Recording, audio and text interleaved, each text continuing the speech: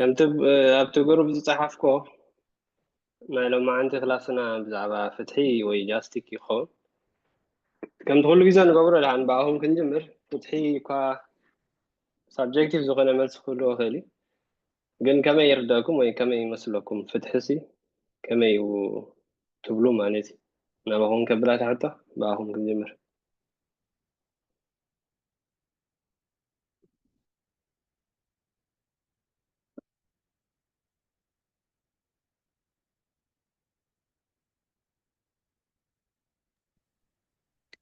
نعم أنا دخيل فتن واحد مبريح فتحكو قنوعن جيجان نعقنلو ነገር እንዲሁ ቁንዕን ጌጋን ጥራይ ዘይኮነ ከዓ ነቲ ሓደ ከይሃስኻ ነቲ ሓደ ከይዓመፅካ ማእከላይ ዝኾነ ንኩላቶም ብዘይሃሲ ኣገባብ ከም ምርታዕ ወይ ከም ምፍራድ ጌርና እንዲና ክንሪኦ ዘለና ኣብ መንጎ ክልተ ነገራት ንክልተ ሰባት ወይ ንክልተ ዋንነት ዋላ ክንብሎ ንኽእል ኢና ብዘይሃሲ ኣገባብ ጌርካ ማዕራዊ ወይ ፍትሓዊ ዝኾነ ኣገባብ ክተቕርቦ ከለካ እዩ ፍትሒ ዝበሃል ግን ብስነ ፍልጠታዊ መልክዕካ ፍትሒ እዝዩ ኢልካ ብልክዕ ዲፋይን ክትገብሮ ትኽእል ነገር ኣይኮነን እዩ ዝበሃል ምክንያቱ ንገለ ፍትሒ ማለት ብውልቃውነት ዝጥመት ነገር ክሳብ ስለ ዝኾነ ምክንያቱ ንሓደ ንዓይ ቁኑዕ እዩ ክብሎ ዝኽእል ነጥቢ ምናልባት ንዓኻ ጌጋ ክኸውን ይኽእል ንዓይ ፍትሓዊ እዩ ዝብሎ ነቲ ካልእ ሰብ ከዓ ዘይፍትሓዊ ክኸውን ይኽእል ስለዚ ፍትሓዊ እዩ እንብሎ ንኩላትና ብማዕረ ዘገልግለና ከም ፍትሒ እንሪኦሲ የለን ግን ኩላትና ክንክተሎም ዝግባአና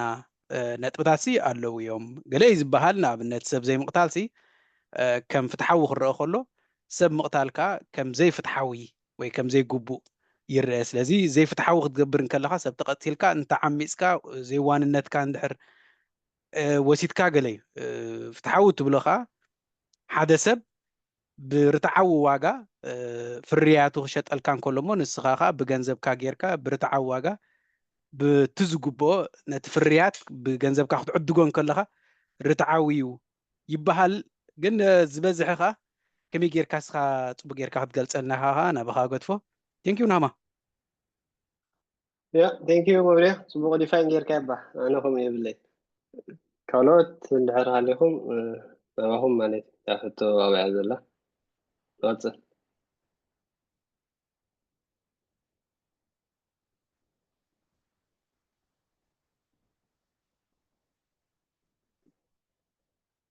يا I think كلاسنا ده هنكمل ملص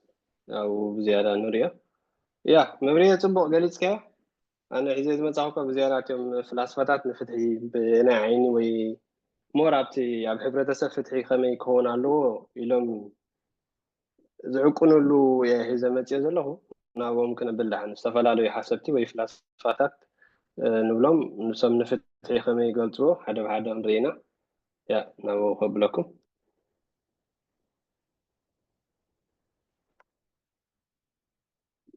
يا قدامي نريو بلاتو يخون بلاتو حدا خطم عبيتي ناي أبقري خزبو على فلسفة يو بلاتو نفتحي معك أنا فتحي لو زحسبو تايو فتحي مالت سنيت مالت إيه إذا مالت كاني تسانيخا كتنبر كلها أعمام كتعمم كلها إزي فتحاوي يبلو ወይ ድማ ፍትሕስ ክረጋገጽ ይኽእል እዩ ሰብ ነና ሰስርሑ ወይ ጎጉዳይ ክገብር ከሎ ኣብዚ ፍትሒ ዝርከብ ይብል ነይሩ ማለት እዩ ኣትሊስት ምምልላይ ኣብ ሓደ ሕብረተሰብ ሲ ፍትሒ ክረጋገጽ ተኮይኑስ ሰብ ነናቱ ዕማም ዝፈልጥ ወይ ምስ ዘግብር ኣውይ ፍትሒ ዝፍጠር ይብል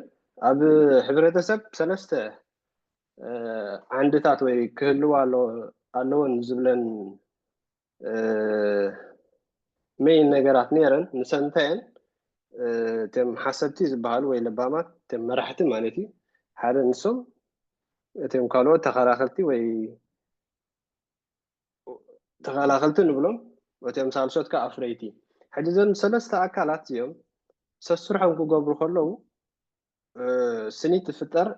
بهم غا فتحاوي كوني خل حدا وي فتح خراجات يخل بزم قدي بالمالتي نحر زيهم كابزيهم ثلاثة أكلات تي انتي امنتي كسر لهم نحر مزنبع أقاتيمو تفرحي تي فتحس هو سي خلي ويبل نابنت نحر حدا حرستايسي بزعوا حرشا يفلت أجن نحر خمر حكان نحر زفتن هاليو እዚ ሕጂ እቲ ዘይፍትሓዊ ነገር ይብሎ ማለት እዩ ፍትሒ ብሕፅር ዝበለስ ስኒት ማለት እዩ ይብል ማለት እዩ ፕላቶ ከምዚ መስል ናይ ፕላቶ ኣብ ፍትሒ ዘለዎ ኣረዳዳ ቀፂልና ንሪኦ ኣሪስቶተል ይኸውን ኣሪስቶተል ሓደ ካብቶም ዓበይቲ ፍላስፋ ግሪክ ዝበቐለ እዩ እውን ተመሃራይ ናይ ፕላቶ ድማ ነይሩ ኣሪስቶተል ንፍትሒ ከመይ ገልፆ ከዓኒ ፍትሒ ማለት ነፍሲ ወከፍ ሰብ ዝግብኦ ማብ ከም ማለት እዩ ኢሉ ይገልፆ ሰብ ከከም ረሃፁ ከከም ስርሑ እዩ እቲ ፍትሒ ዝረክብ ይብላሎ ወይ ከከም ዕዮኻ ትረክብ ማለት እዩ እዚ ማለት ብዝሰርሓዮ ንሕራ ፃዕራም ኮንካ ናይ ፍረ ፃዕርካ ትረክብ ንሕራ ሃካይ ኮንካ ከዓኒ ናይ ፍረ ተኪትካ ትረክብ ማለት እዩ ሰለስተ ዓይነታት ንፍትሒ ኢሉ ዘቕረበና ኣለዋ ሓንቲ ናይ ምምርቓሕ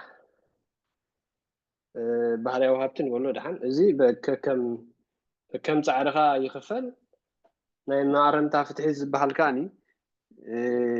ጌጋ ክፍጠር ከሎ ንሕራ በዲልካ ኮንካ ወይ ሰብ ንሕር ቀቲልካ እውን መቕፃዕቲ ብኡ መነፅር ይወሃበካ ማለት እዩ እዚ ፍትሒ ክረጋገፅ ከሎ ማለት እዩ ኣብ ንግዲ ወይ ድማ ኣብ ፋይናንሻል ናይ ዓለም ከዓኒ ብፍትሓዊ መገዲ ንግድታት ዝለዋወጡ ከለዉ እዚ እቲ ፍትሒ ዝበሃል ይብል ማለት እዩ ናይ ኣሪስቶተል ከምዚ ይመስል ኣብ ፍትሒ ዘለዎ መረዳእታ ማለት እዩ ቀፂልና ንሪኦ ቶማስ ሆብስ ዝበሃል እዚ እንግሊዛዊ እዩ ኣብ 16 ክፍለ ዘመን ዝነበረ እዚ ሓደ ካብቶም ውሩያት ኣብ ፖለቲካል ፊሎሶፊ ዓብዪ ኢድ ዘለዎ ክበሃል ይከኣል እዩ ብፍላይ እዚ ናይ ምዕራባውያን ዓይነት ምሕደራታት ኣብዚ ዝተመርኮሰ ክኸውን ተኽእሎ ወይ ንዑ ይንፀባረቕ እዩ ማለት ሆብስ እንታይ ይብል ፍትሒ ማለት ከመይ ምዃኑ ፍትሒ ማለት ንሰላም ንሕግታትን ዝሕሉ ሓያል መንግስቲ ምህላው ማለት ይብል ኣብቲ ኣብ ርእሱ እምሩ ዝቆረፀሉ ብዘይ መንግስቲ ወይ ሕብረተሰብ ብዘይ መንግስቲ ወይ ድማ ህዛብ ብዘይ መንግስቲ እንድሕር ከመይ ይነብሩ ኢሉ ኣብ ዝቆረፀሉ እዋን ከምዚ ኩነት ተፈጥሮ ማለት እዚ ከም ላይክ ኣኒማልስ እዮም ነንሕድሕዶም ክባልዑ ወይ ከምኡ ተራእይዎ ንዑ ማለት እዩ ደቂ ሰባት እንድሕር መንጎኛ ኮይኑ ዝሕልወና ኣካል ወይ ድማ ፈራዳ ኣካል እንድሕር ዘይብልና ወይ ሕጊ ኣልቦ ዝኾነ እንድሕር ዓለም ሃልያስ ሰብ ናይ ንሕድሕዱ እናተጣፍአን እናተባልዐን እዩ ዝነብር ይብል ማለት እዩ ወይ ኣረሜናዊ ዓይነት ኣካይዳ እዩ ዝኸይድ ይብል በዚ መሰረት እንታይ ይብል ማሕበራዊ ውዕል ኣድላይ ምዃኑ ይገልፅ ሰባት ሓቢሮም ንዖም ዝምእምኦም ሕጊ ይፈጥሩ እቲ ሕጊ ድማ ሓደ ንዖም ሓደ መንግስቲ ዝበልዎ ኣካል ንዑ ይቆፃፀር ማለት እዩ ንዑ ብልክዕ ክቆፃፀር ከሎ እቲ ፍትሒ ያው ክረጋገፅ ይኽእል ማለት እዩ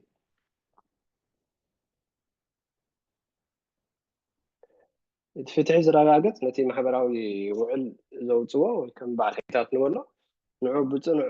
ክቆፃፀር ከሎ ሓደ መንግስቲ ኣብ ፍትሒ ክረጋገፅ ይኽእል ይብል ማለት እዩ ሕጊ ፍትሒ ይብል በዚ ኸዓኒ ኣብ ሕጊ ኣልቦ ዝኾነ ቦታ ሰባት ከም ናይ እንስሳታት ኣነባብራ እናተባልዑ እዮም ዝነብሩ ይብል ማለት እዩ እዚ መረዳእታ ኣብ ናይ ፍትሒ ዘለዎ ቶማስ ሆብስ ማለት እዩ ቀፂልና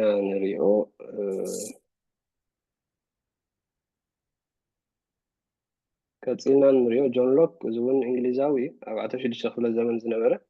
እዚ እውን ተመሳሳሊ ከም ናይ ቶማስ ሆብ እዩ ሓሳብ ዘለዎ እዩ እንታይ ዳ እዚ ደቂ ሰባት ከም ርትዓውያን ምዃንና ጥራይ የታፍልሊ ማለት እዩ ደቂ ሰባት ርትዓውያን እዮም ወላ ኣብ ሕጊ ዘይብሉ እውን ብተፈጥሮም ርትዓውያን እዮም ዝብል ርእይቶ እዩ ነይርዎ እዚ ኸ ንፍትሒ ከመይ ይገልፅ ፍትሒ ማለት ተፈጥሯዊ መሰላት ምህላው ማለት እዩ ከም በዓል ናይ ምንባር መሰል ክህልወካ ብሂወት ናይ ምንባር መሰል እዚ ምስ ዝሕልወካ እዚ ፍትሓዊ ይበሃል ወይ ድማ ናይ ሓርነት ውልቃዊ ሓርነት እውን ኩሉ ዘጠቃለለ ሓርነት ማለት እዩ ቀፂሉ ናይ ንብረት ምውናን በቲ ፃዕርኻ ብፍረ ፃዕርኻ ትገዝኦን ትልውጦን ንብረት ክህልወካ ከሎ እዚ ፍትሒ ማለት ይበሃል ይብል ጆን ሎክ ቀፂልና ንሪኦ ሮሶ እዚ ፈረንሳዊ ወይ ድማ ስዊዘርላዊ ይኸውን ኣይ ቲንክ ብክልቲኡ ወገን ክሳይ ነይርዎ ክኸውን ይኽእል እዩ ኣብዚ ግን ሞር ኣብቲ ናይ ፍራንስ ድሓን ንራእዮ እዚ ከዓ ዓብ ተራ ዘለዎ እዩ ኣብ 17 ክፍለ ዘመን ዝነበረ ሩሶ ከመይ ይገልፆ ንፍትሒ ከዓኒ ፍትሒ ማለት ኩሉ ሰብ ንናይ ሓፈሻዊ ድሌት ወይ ናይ ሓበራዊ ረብሓ ክእዘዝ ከሎ እሱ እቲ ፍትሒ ኢሉ ይገልፆ ድሌት ናይ ብዙሓት ወይ ንብዙሓት ዝጠቅም ዝኸውን እጂ ንሱ ሓደ ፍትሓዊ ነገር ይብል ማለት እዩ ደቂ ሰባት ኣብቲ ሕጊ ምንዳፍ ምሳተፉ ብዝያዳ ፍትሓዊ ክኸውን ይኽእል እዩ እቲ ሕጊ ናቶም ወይ ትዝእዘዝዎ ሕጊሲ ኣብ ኢዶም ምስ ዘንብሩሉ እዩ ብዝያዳ ፍትሓዊ ዝኸውን ይብል እዚ ከዓ እንታይ ክብል ደልዩ ሓደ ሓደ ግዜ ኣለዉ እቶም መራሕቲ ዘውፅዎ ሕጊ ኣሎ ሕጂ ንኩሉ ሰብ ዘይውክሎ ምስ ዝኸውን ኣብቲ ባይታ ክትሪኦ ከለካ ሕጂ ዘይፍትሓዊ ክኸውን ይኽእል እዩ ማለት እዩ ብመነፅር ምናልባት ነቶም ቁርባት ፍትሓዊ ክኸውን ይኽእል እቲ ሓፈሻዊ ህዝቢ ግን ሓሳይ ክኸውን ይኽእል እዩ እቲ ዝበለፀ እትዮም በቲ ሕጊ ዝግዝኡ ኣካላት ነቲ ሕጊስ ክፈልጦ ወይ ድማ ኢዶም ከንብሩሉስ ኣለዎም እዩ ዝብል ማለት እዩ ኩሉ ሰብ ከዓ ኣብ ቅድሚ ሕጊ ማዕረ ንዝኸውን እዚ እቲ ፍትሒ ንብሎ ይብል ቀፂልና ንሪኦ ካንት ክኸውን ካንት ካብቶም ዓበይቲ ወይ ፍላስፋ ክንብሎ ንኽእል ኣብ ጀርመን ኣብ ጀርመን ካብቶም ኣብ ጀርመን ዝተፈጠሩ እዩ ኣብ 17 ክፍለ ዘመን ዝነበረ እዚ ዝፍለጠሉ ኣይ ቲንክ ኣብ ናይ እቶም ራሽናሊስትን ናይ ኤግዚስተንሻሊስትን ዕርቂ ዝገበረሎም ኣብ መንጎኦም እዩ እዚ ከዓ ካንት ንፍትሒ ክገልፆ ከሎ እንታይ ይብል ፍትሒ ማለት ንሰባት ከም መሳርሒ ዘይኮነስ ከም ዕላማ ምሕሳብ ክብሪ ደቂ ሰባት ምኽባር ማለት እዩ ይብል ደቂ ሰባት ከም ነፍስኻ ሪኢኻ ክተኽብሮም እንከለካ ንሱ እቲ ፍትሒ ዝበሃል ማለት እዩ ንኣብነት ንዓኻ እስኻ ንካሊእ ሰብ ክትሕስቦ እንከለካ ካልእ ሰብ ንዓኻ ክሕስበካ ከም ምቕባል ማለት እዩ እዚ ኸዓሲ ሞራላዊ ግዴታስ ምዝህልዎ እቲ ፍትሒ ዝበሃል ይብል ማለት እዩ እስኻስ ንዓኻ ክውርደካ ዘይትደልዮ ነገርሲ ኣብ ካልኦት ክተውርድ የብልካን ፍትሒ ዝበሃል እዚ እዩ ንዓኻ ኩሉ ነገር ክወርደካ እትሓስቦስ ንካልኦት እውን ምምናይ ማለት እዩ ከም ነብስኻስ ንካልኦት ምርኣይ ምባል ወይ ንካልኦት ምርኣይ ከም ማለት እዩ ፍትሒ ብውፅኢት ኣይቃለል ማለት እዩ እዚ ክብል ከሎ ከዓኒ ፍትሒ እንድሕር ምሕሳብ እንድሕር ሓደ ዘይቁኑዕ እንድሕር ሃልዩስ ንምንታይ ሓሲኻ ብዘይገድስ እታ ምሕሳብ ክተርፍ ኣለዋ ማለት እዩ እቲ ብውፅኢት ኣይቃለል ዝብሎ ዘሎ ምናልባት ገለገለ ሰባት ንፅቡቅ ንሰባት ሓሲኻ ዝተዓረቕ ኢኻ ሕጂ እዚ ወላ እዚ ኸማሲ ፍትሓዊ ይኮነን እዩ ዝብል ብናይ ካንት ዓይኒ ማለት እዩ ከምቲ ዝበልክዎ ኩሉ ሰብ ወይ ንካልኦት ሰባት ከም ነብስኻ ምጥማት ማለት እዩ ቀፂልና ንሪኦ ቤንትሃም ይኸውን እዚ ከዓ እንግሊዛዊ ኣብ 18 ክፍለ ዘመን ዝነበረ እዩ ናይዚ ወይ እዚ ንፍትሒ ዝገልፀሉ ወይ መዐቀኒ ናይ ፍትሒ ኢሉ ዝሓስቡ ከዓ እንታይ ዝኸውን ዘሎ ፍትሒ ማለት ንዝበዝሑ ከረብሕ ከሎ ንሱ እቲ ፍትሓዊ ይብል ማለት እዩ ወይ ንዝበዝሑ ቃንዞም ክኣሉ ከሎ ወይ ንዝበዝሑ ፕሌዠር ክህልዎ ከሎ ንሱ እቲ ፍትሒ ዝበሃል ይብል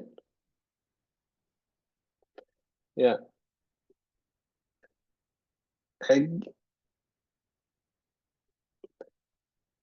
ንብዙሓት ዘሕጉስ እምበር ንምቁፅፃር እውን ክኸውን የብሉ እቲ ሕጊ ይብል ማለት እዩ ብዙሓት ክሕጎስሉ ዳለሞ ንምቁፅፃር ኢልካ ዝስራሕ ሕጊስ እሱ ይኮነ ፍትሓዊ እዩ ዝብል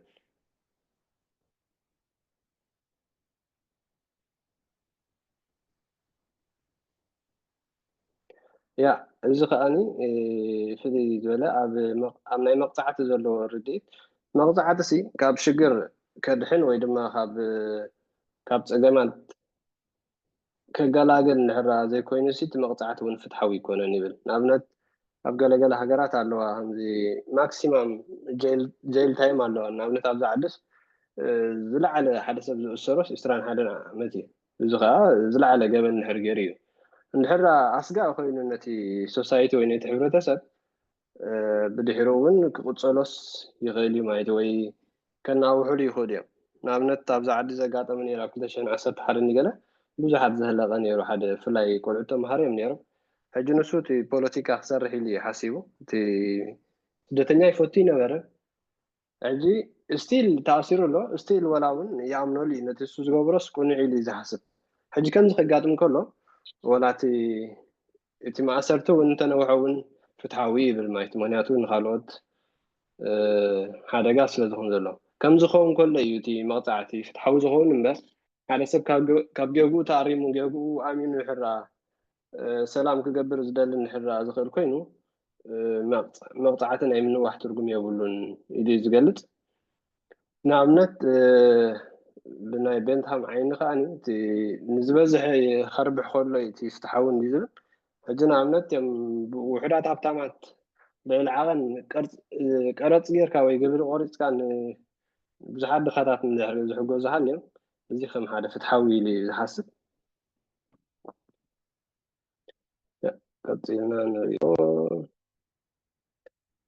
ቀፂልና ንሪኦ እዚ ኣሜሪካዊ ይኾነ ሮበርት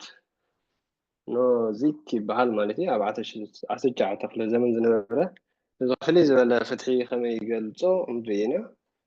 ፍትሒ ማለት ኖዚክ ክገልፆ ከሎ ፍትሒ ውልቃዊ ናፅነት እዩ ይብል ማለት እዩ ሰባት ንብረቶም ብፍትሓዊ መገዲ ክሳብ ዝረኸብዎ መንግስቲ ኢዱ ከኣቱ የብሉን ይብል ሞር መንግስቲ ስራሕ መንግስቲ ኣብ ፀጥታ ምሕላው ዳ እምበር ኣብ ናይ ኢኮኖሚካዊ ወይ ድማ እቲ ውልቃዊ ሰባት ብስነ ስርዓት ወይ ድማ ዘይሕጋዊ ገይሮም ክሳብ ዘየምፅዎት ሃብቶም መንግስቲ ኢድ ክእትወሎም የብሎምን ይብል ማለት እዩ እዚኦም እንታይ እዮም ዝብሉ ኩሉ እቲ ዝፃዓርካሉ ስንዓኻ እዩ ክኸውን ዝግባእ ይብሉ ማለት እዩ ወይ ይብል ብዓብዩ ኖዚክ ማለት እዩ ወይ ስነ ሓሳብ ናቱስ ከምኡ እዩ ዝብል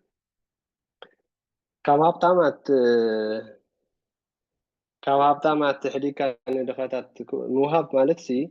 ወይ ካብ ሃብታማት ቀረፅ ከፊልካ ንድኻታት ምሃብ ማለት ሲ ኣገዲድካ ንካልኦት ሰባት ምስራሕ ከም ማለት እዩ ሰዙስ ፍትሓዊ ይኮነን ይብሉ ማለት እዩ ወይ ይብል ኖዚክ ብዓብዩ ያ ልዕሊ ዓቐን ግብሪ ብዘይፍታው እዚ ከም ዘይፍትሓዊ እዩ ዝግለፅ እዚ ሞር ናይ ካፒታሊስት ዘለዎ ስነ ሓሳብ እዩ ወላ እውን እቲ ዘለቶ ኩነታት እውን ኣብ ባይታ ዘለዎ ኣሜሪካ እውን ከምኡ ዓይነት ዓዲ እያ ዘላ ማለት እዩ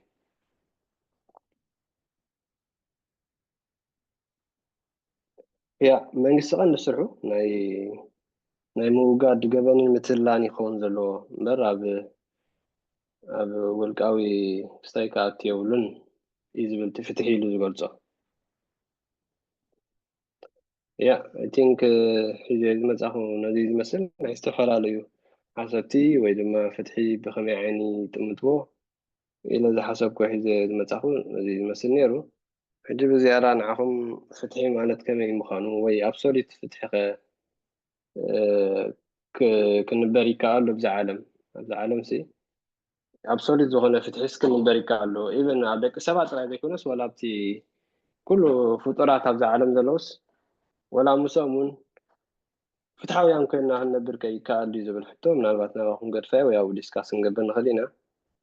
ብኣይ ወገን እኳ ዝከኣል ኣይመስለንን ምክንያቱ ወላ እንስሳታት ንባዕለን ሲ ቀቲልና ወይ ድማ ሓሪድና ኢና ንበልዐን ሕጂ እቲ መግቢ ካብአን ስለንረክብ ወይ ድማ ምብላዕ ክንገድፎ ኣለና ወይ ድማ ኣሪገን ምስ መታ ጥራይና ክንበልዕን ዘለና ማለት እዩ ነዚ ዝመስል ናይ ሎማዓንቲ ክላስና ኣብ ዝያዳ ዲስካስ ንገብረሉ ኣብዚ ክውዲ ኣነ ጎሄድ ናባኹም ክኸውን ክላስ ወይ ተናሃሊኩም ማለት እዩ